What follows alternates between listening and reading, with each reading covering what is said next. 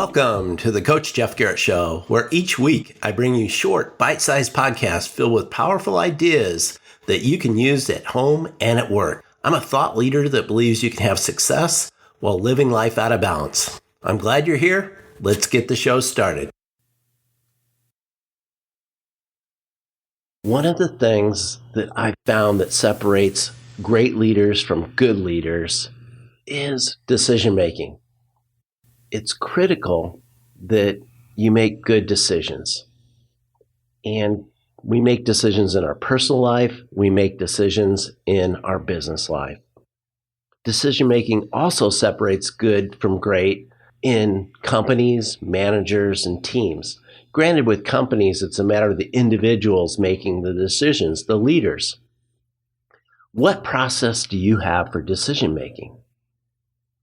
I know for a lot of us, what we do is we look back contextually and say, okay, what happened in the past on this? And that's one thing that you can do in making decisions. Some of us trust our gut, our intuition. We understand that we have a history of making decisions, and we have a moral and ethical piece to us internally that helps us to make those decisions. But I'm going to suggest that you develop a decision-making process, and I'm going to share a simple process with you, and you probably do something similar to this now, but there may be something here that you want to implement. The first thing you want to do is define the problem, and I'm going to share 7 steps with you. Start by clearly defining the problem you're trying to solve. Write down the problem.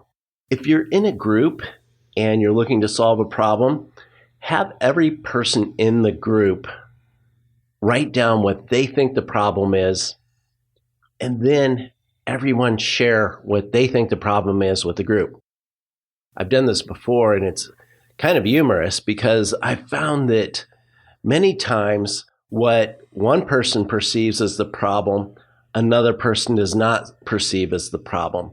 And you'll find many times that there's different perceptions of what the problem is. And when you go around and everybody states what they think the problem is, it can be quite different amongst the group. The next thing to do, step 2, is gather the information. You want to gather as much information as you possibly can around the problem. And it's going to take some research, some analyzing, and seeking input from others. One of the things that I found is that it's important to have people that are strategic and have analytical skills to do this. And then third step is identify the options. You want to brainstorm all the possible options that you can to potentially solve this problem. And you want to consider both the long-term and short-term solutions. And if you're working in the group, it's really helpful to have people on the team that have a high ideation strength. One of the things here is you want to make sure that you don't get into groupthink. You want to have a diversity of thought and diversity of ideas. Step 4 is you want to evaluate the options. You want to evaluate the potential impact, the feasibility, and potential risks and benefits. You want to consider the consequences of each option and how it aligns with, if it's a personal decision, your values and goals. If it's a company decision, it's the values and goals of the company. It's helpful working in a group to have some people that are high in strategic and high analytical strengths to help evaluate the options. One of the things that you want to do here too is when you're evaluating the options, evaluate how does this impact the stakeholders? How does this potential option impact the organization before you go to the next step of making the decision? Speaking of making the decision, that's step 5. And after evaluating all the options, choose the best one, the one that you believe will solve the problem. And make sure to consider all the factors of the potential outcomes before you make that decision. Step 6 is you want to implement the decision. It doesn't do a lot of good to make a decision and not implement it, right? But you'd be surprised how many times that happens. Once you have made the decision, take action. Develop a plan for executing the decision and monitor the progress. You want to put in some key indicators that you want to measure to see how you're doing in implementing the decision. And you want to make sure, and this is really important, to communicate the decision to all stakeholders. Anybody that's impacted by the decision, you want to make sure they know about it and communicate in multiple different ways. Step 7 is evaluate the decision. Take some time to evaluate the implementation. Consider what is the effectiveness of this. Here's one thing that I always do.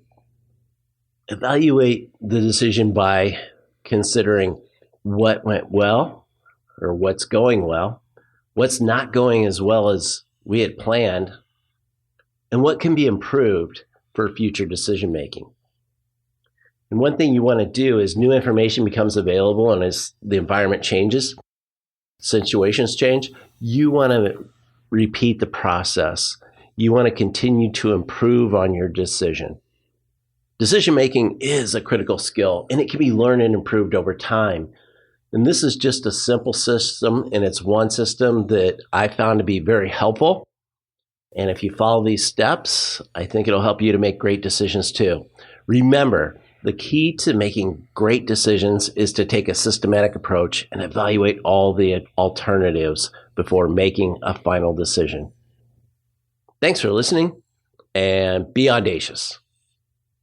To learn more about our coaching programs, contact me at jeff@coachjeff.me. Please share this podcast with your friends and coworkers.